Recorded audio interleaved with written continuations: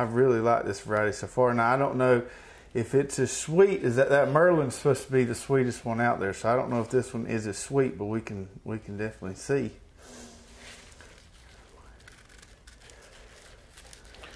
It's got a nice red inside.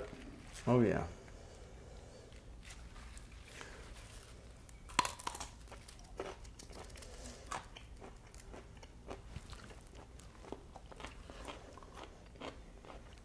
Tastes about the same to me. Tastes pretty good. Mm-hmm. Good texture on it. Yep. That'd be a good pickling beet. Good pickling beet. Are you gonna pickle some beets? I probably will. Did you harvest all yours yet? No, I still got some out there. Anyway, let's say hi to everybody.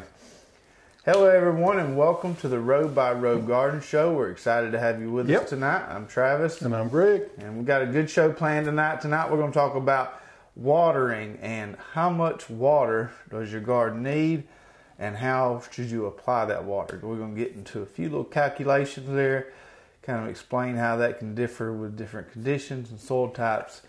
Really, really good stuff we got planned for you tonight. Looks like it's going to be a dry year, so the drip tape has really paid off for me so far. That's right. That's right.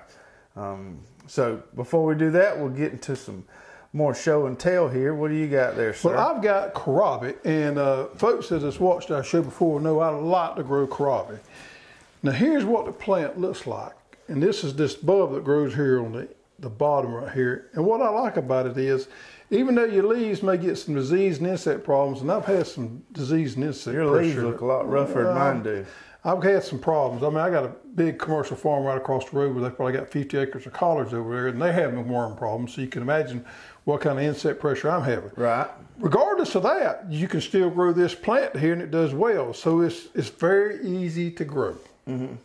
So when I harvest them, because you can eat the leaves, but I take me a pair of pruners and I go out there, and it's hard to cut this with a knife. Yes, it is. So I take me a pair of pruning shears and then I just cut those off and I leave them on the dirt. Well, actually, you can also, a lot of people eat the stems. So they stir fry the stems also with the bulb. Now, I did a little research on this right here. Okay, go ahead. So the Kohlrabi means in German, and I have visited German. I may speak a little German. It means cabbage turnip. Cabbage turnip. Okay. Cabbage turnip. What's interesting about yours is yours are flat and almost look like an heirloom tomato. Mine always grow out really round. Mm-hmm. I got a little better soil than you got. Yeah. Okay, so, you know, they eat them a lot in Germany. Uh-huh. But they also eat them in Vietnam. And in Vietnam, they call them Suhara. Suhara. You got to kind of shake your head, Suhara, like that. Also, in the country of Bangladesh, they call them Okra. Yeah. I didn't know you spoke so many different languages. Yeah, I'm pretty adverse there. Adverse? I'm pretty versed. Versed. How you, fluent? What do you think? You're pretty fluent. Fluent. You may do that again? You're bilingual, trilingual? Vietnam, Suhara. And then Bangladesh, Okra. Is that proper pronunciation? That's pretty good. Don't be looking at my lips here. Okay. But it's got a mild turnip taste. A lot of people roast these, as I have done before. Roast them, olive oil, Parmesan cheese, whatever. And that's the way we like to eat them. However, a lot of people make coleslaw out of them. And that's going to be my to-do list because I got a row full of them out there right now. Mm-hmm. So I got plenty of them. Now, if you let them get too big and they go too long and one or two of mine start to do, they'll start splitting. You can cut the split out, but you know if they start splitting and you get past time to harvest, you need to be getting them. So what you do, take that right there and get you one of them little things like you grate cheese on and put that right there and run it across there and make you some finely shredded coleslaw. It's good stuff. Yeah. Yeah, just a little, not as much as turnip, but just a little tangy on it. Once you shred it, put your little mayonnaise in there, a little vinegar. Good to go. Good to go. Let's see what else we got going on. We've got, I got my winter squash planted. We've got a video on that coming out. Oh, I got mine. I'm working on mine. Next week. So I did, on my 30 by 35 plot, I did half of the high kabocha and then half of the small wonder spaghetti squash. And I was doing some math in my head. Last year on those small spaghetti squash, I planted one 60-foot row and I got over 250 plants. So 250 plants, you mean? No, 250 fruits. Fruits, yeah. So, which is on average about 10 to 15 per plant, which is what everybody says. A lot of yield for you, a lot of bang for your buck there. And so this year, I planted mine on 4-foot spacing, my winter squash, because I like that dense canopy to kind of take care of the weeds. So I planted 4 30-foot rows. So basically twice as many row feet. So I should have about 500 if everything pans out this year. I'm going to get my Blue Bayou planted this afternoon. I got my drip tape laid. I'm planting mine on 6-foot rows. Because I'm going to give it, that's just the way my bed worked out, 6-foot rows. And I'm going to plant this afternoon. I planted by seed as you did yours. So I'm interested to get that going. Also, I've already planted my Cherokee Tan, which is one that was given to us by Danny at Deep South Homestead. And we're interested to grow it this year. It's our first time growing it. We're going to grow it and see how it does. Yeah. We might have a seed crop. We might not. We're going to see. Danny speaks very highly of this variety, so we'll see how it goes. He claims he likes it better than the Seminole, but we're going to see. Talking about squash and cucurbitus, it's something interesting that I had to do. I've told you on the side of that new dream garden that's close to my house, it's just a pretty chunky dirt. And what I've noticed is that at first I was like running the tiller through there a lot, trying to just get it broken up. What I noticed is the more I run the tiller through there, the more it made it more chunky. And that if I actually use the wheel hoe, it actually breaks it up and keeps it kind of the tilth better, which is unusual. It's counterintuitive to me. You would think. Well, it also makes a difference how much moisture is in your soil. Yeah. So the wheel, I've just been wheel hoeing it and it's keeping it in a lot better shape. But where I had my squash planted, the first time I planted my squash, I got terrible germination. And I was like, it's surely not the seeds. But it was just, in that dirt, just had terrible seed to soil contact. So what I had to do, and I've never done this before, and I'm not super proud of it, but I had to do it. I went to the big box store and I bought me about 10 bags of pot mix that was really kind of finely ground, and I put that over where my rows are going to be, about a layer about that thick, and that's what I planted into, and I got 100% germination this time. So it took a little amending, but if you'd had some good compost, that would have been the way to go. Some fine compost. Some good compost, good screen compost. The chicken manure stuff I had, too chunky. It was a little too chunky, but this stuff worked good, so it's good to have that in my back pocket if I ever need to do that again. Tomatoes, I got stakes put up on my tomatoes. We'll have a 2-minute tip coming out on that. We do that a little differently. And as far as pruning the determinate tomatoes, I don't like to have any of my leaves touching the dirt. And so I like to, as they grow, before I string them up, prune those bottom leaves so I can get that first run of twine right on that stem. But you have a little different theory. Well, no, I don't have a different theory. I may end up doing that, but I'll do it for a different reason. I'll do it for disease. Keep the lower legs of harboring disease. I may end up doing that. You may have taught me into it a little bit. I normally have not done it in the past, but I may break those. I may or may not. We'll see. When I run the twine, I don't like to bunch up the leaves in there because I found the better airflow you get, usually the healthier the plant is. Oh, it is. Yeah, absolutely. Some of my indeterminate ones are about this tall, and I saw a little bloom on one yesterday. Yeah, they're growing like crazy. We got peppers. That's about the only thing that I've yet to plant besides flowers, and these right here are pretty much ready to go in the ground. That's the Beaver Dam variety right there. It's a nice, good-sized pepper right there, go in the ground. And one of our viewers, Eric, I don't know if it's Vibbers or Vibers, sent me some pepper seed, some Japanese pepper seed called Taka something other. I don't have the piece of paper. Hot or what? Yes, it was a hot pepper seed. So I started some of those in the greenhouse. Well, make sure I don't get any of them, okay? Okay. So one of the things, Eric, for sending us those, we got some of those started in the greenhouse. I just don't do well with hot. Yeah. And then finally, so this is episode 49. 49. So we've almost been doing this a whole year. Wow. Yeah.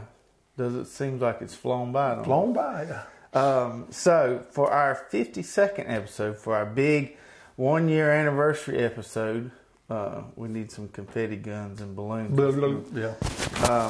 We're going to do a bunch of giveaways. So this is how this is going to work. So starting this episode and the 50th episode and the 51st episode, for everybody that, if you're watching on Facebook, all you got to do is share the video and we can see who all shares it. Or if you're watching on YouTube, comment on the video. And so you can have multiple entries if you do this every week. On the 52nd episode, on our big 1 year anniversary episode, we're going to have all the names in a hat here, and we're going to do a bunch of giveaways. We might give away a wheel hoe, we might give away a drip kit, we might give away, who knows, whatever just strikes our fancy that day. But lots of different items there, so we'll draw multiple names out of the hat and give away all kind of good stuff to our loyal viewers who have stuck with us for the whole year. So this is episode 49. The big giveaway show is going to be on episode 52, so in a few weeks. So share or comment on the videos and be on the lookout for that. Let's talk about this for just a second. Well, I was actually going to get to that on our question and answer segment there. Okay, never mind that. If you can... I can hold on. You can hold I just really want to talk about it real bad. Okay. Well, I'll give you your chance. Okay. All right, so today, the main topic of today's show is water in the garden. And we've talked about drip irrigation all the time, how much we love it, all the benefits of it. And we had a question on our last week's show from a guy named Andrew Deinert, I think is how you say that. And he was asking, could we go over how long to run the drip tape, all this stuff. And we've had a lot of customers asking about this. How do I know how long I'm supposed to run the tape? And I guess for some folks it's fairly intuitive, some it's not. Once you start doing it, you can pretty much see how saturated the soil is. But you have some people that want to be a little more analytical about it as far as the time, or maybe they're putting it on a timer and they're not at home all day and they want to know exactly how long to run it. Now this is not an easy question to answer because there's too many variables in there. But we're going to try our best to break it down today and give you the best answer we can come up with. Because we've done a fair amount of research on this. Yeah, and there's some variables out there, and towards the end here we'll mention some things that kind of could skew this either way. But let's start out. So in general, vegetable crops need 1 to 1.5 inches of water a week. So do horticulture crops. Yeah. Just throw that in there. So that's going to vary with climate, but let's just say as a general rule, 1 to 1.5 inches of water a week.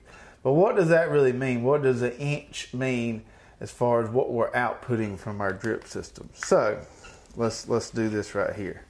So let's say 1 acre inch equals, and I got this number online,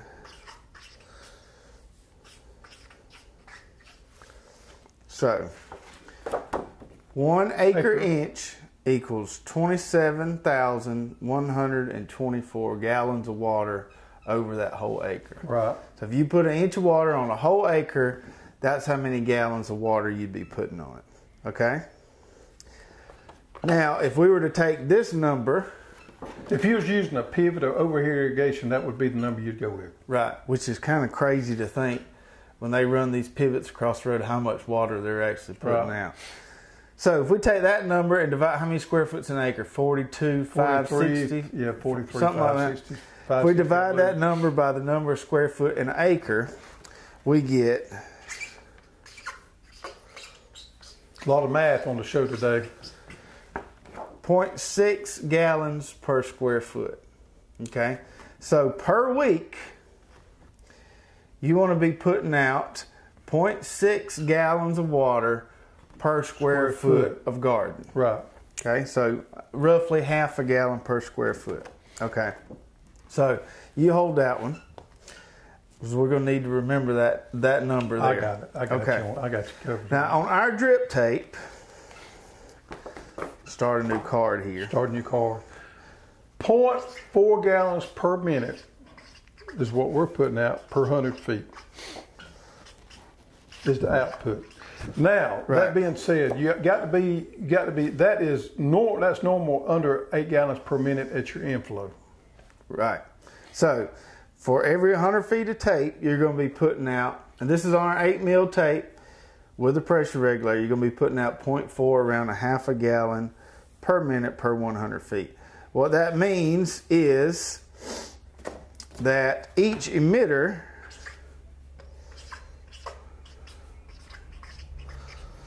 is actually putting out 0.004 gallons per minute. Because they are 100 emitters per 100 feet. Right, the emitters are on 1 foot space. Wow, you're doing good. Yeah. Okay, so if we do the math on that, it would take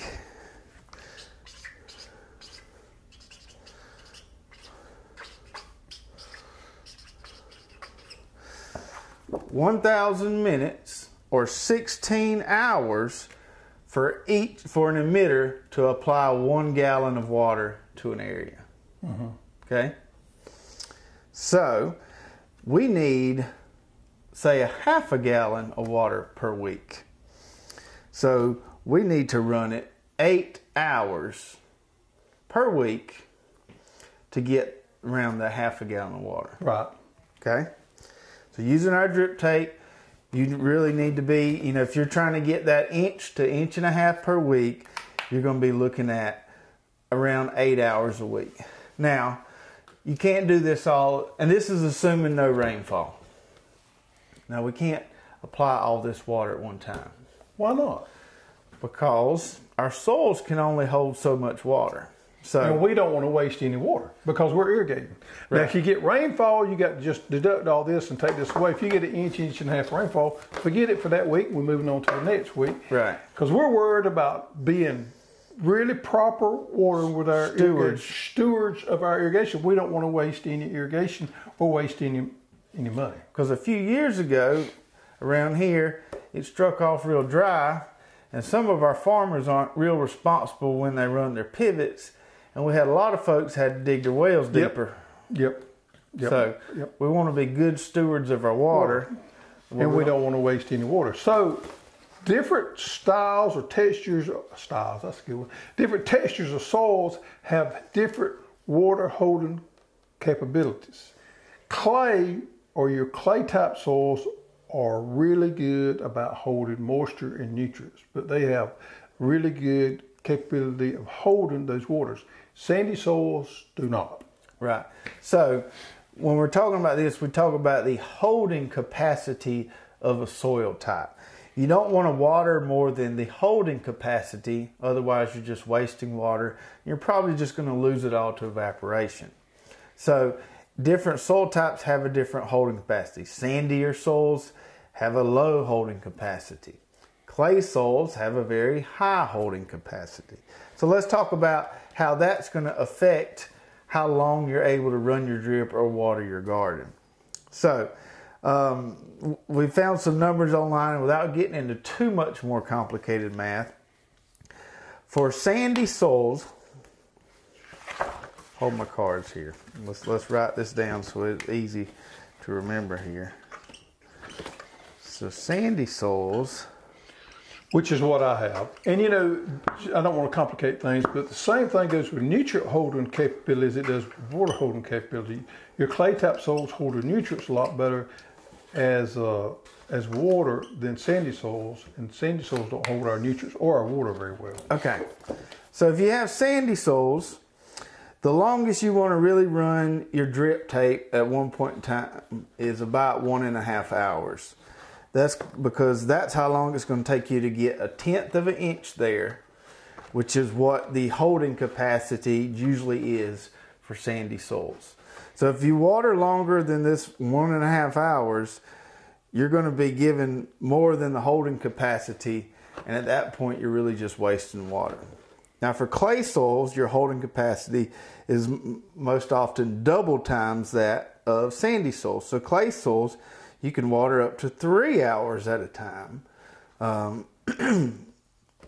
get 0.2 inches in there. So what we're saying here is if you have sandy soils, Brent, where's that card? We need to run it here. remember we need to get half of this. 8. 8. So 8 hours.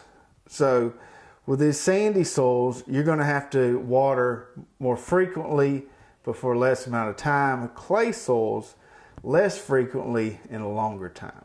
So when your plants are small, you're just doing transplant, or you just seeded and you seeded directly on top of that drip tape or real close to the emitter, you do not want to water more than 1.5 hours on sandy soils or more than 3 hours on clay soils, because after that you're wasting water.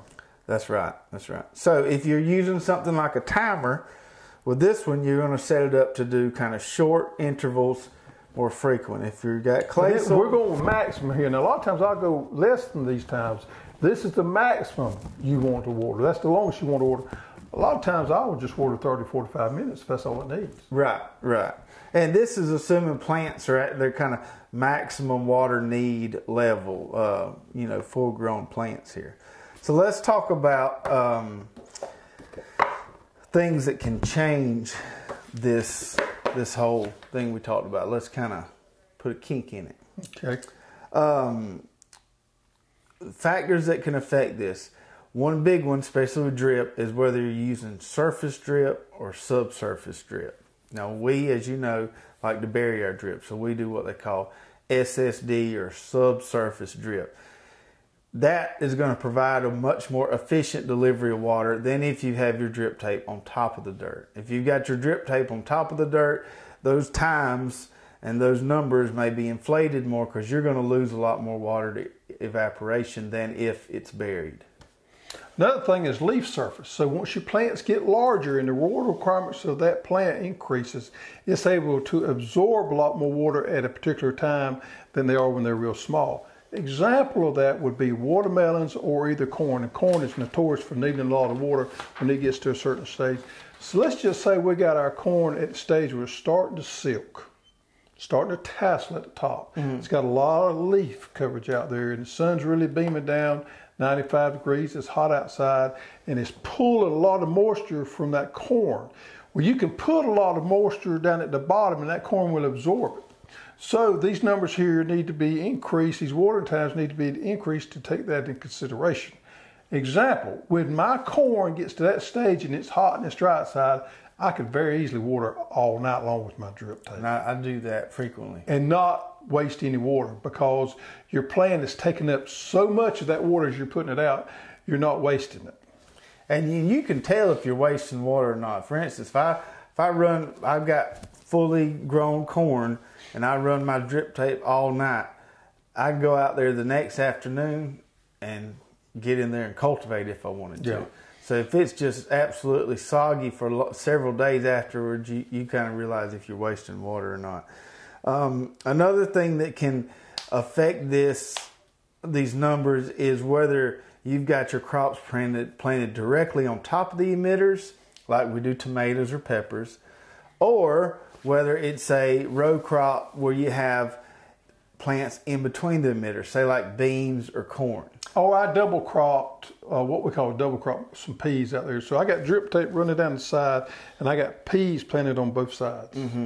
That I need to run a little bit longer because I got to bleed over into where my peas are actually are. So I got to run a little bit longer, and that's the type of situation. Right. So we're like for instance, our tomatoes right now that are about a foot and a half tall, I might only run it for 20, 30 minutes on those at this point, because that plant is right on top of the emitter. It's getting every bit of water I'm putting out. Whereas with the corn, like I said, you got to let it kind of bleed a little bit in between. Mm-hmm.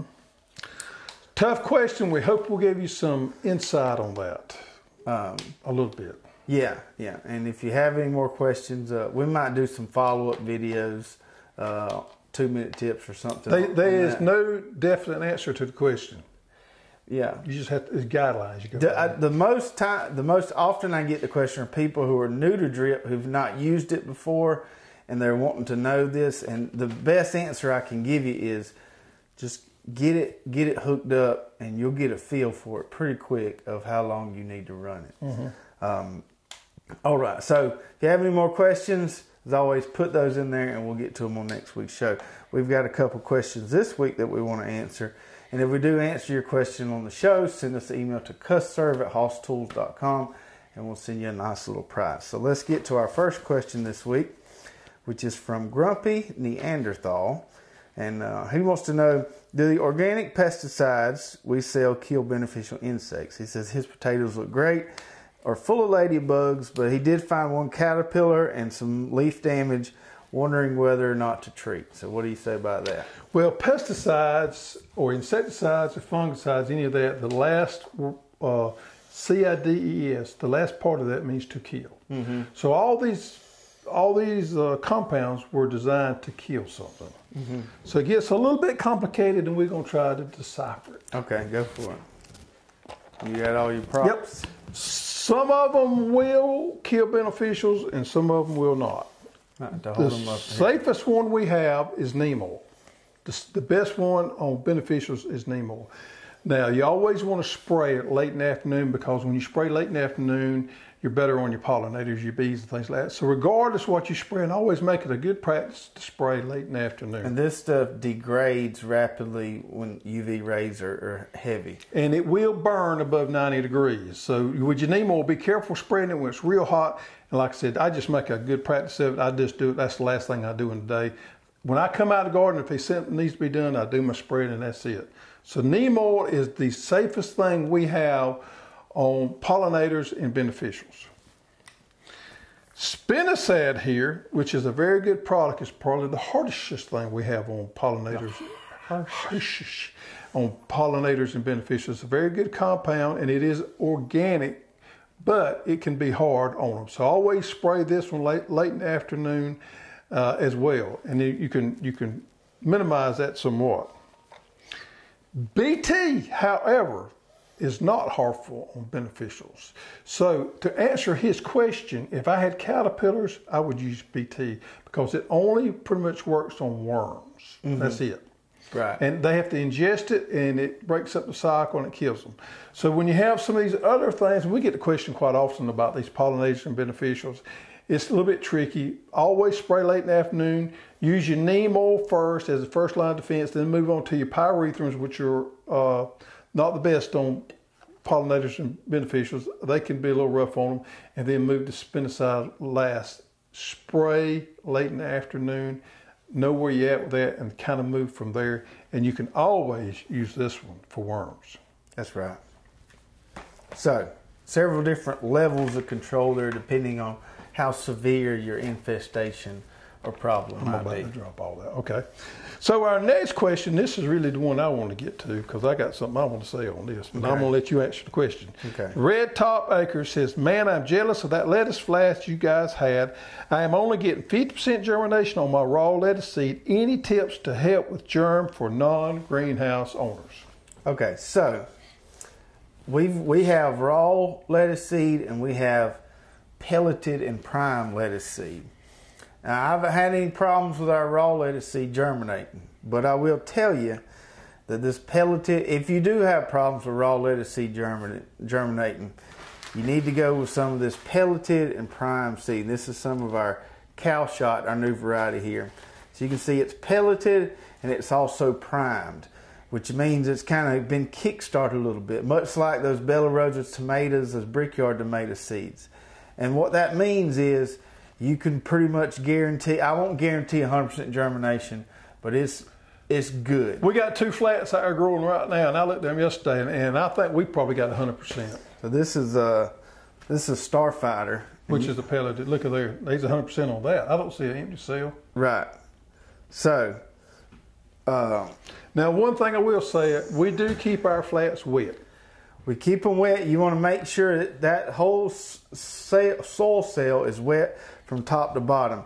Another thing is, because these are pelleted and primed, because she was talking about tips for non-greenhouse. Now we have these in the greenhouse, but they would look just like that if we didn't.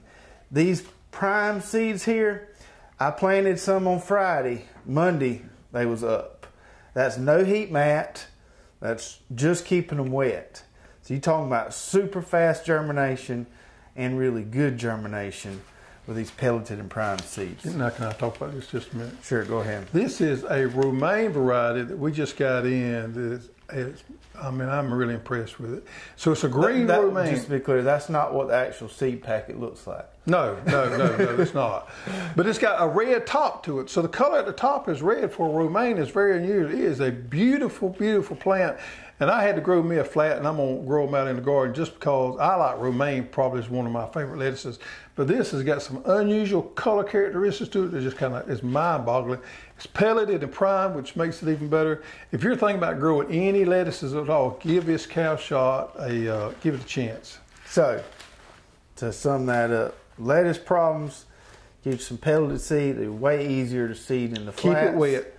Keep it wet, and if these guys don't come up I'd say if you don't see them in 3 to 4 days, you hadn't done something right. They germ pretty quick. All right, so hit that share button, hit that, give us some comments on YouTube so you can be entered to be participating in our big giveaway show that we're going to do in a few weeks. And glad you joined us tonight. We will see you guys next week. Yeah, it's getting warm weather. It's time to get out there and get something done. It's pretty. Days getting long. Quit watching them Hallmark movies. Get off the couch and get out there and get something done. And we'll see you next week. See you.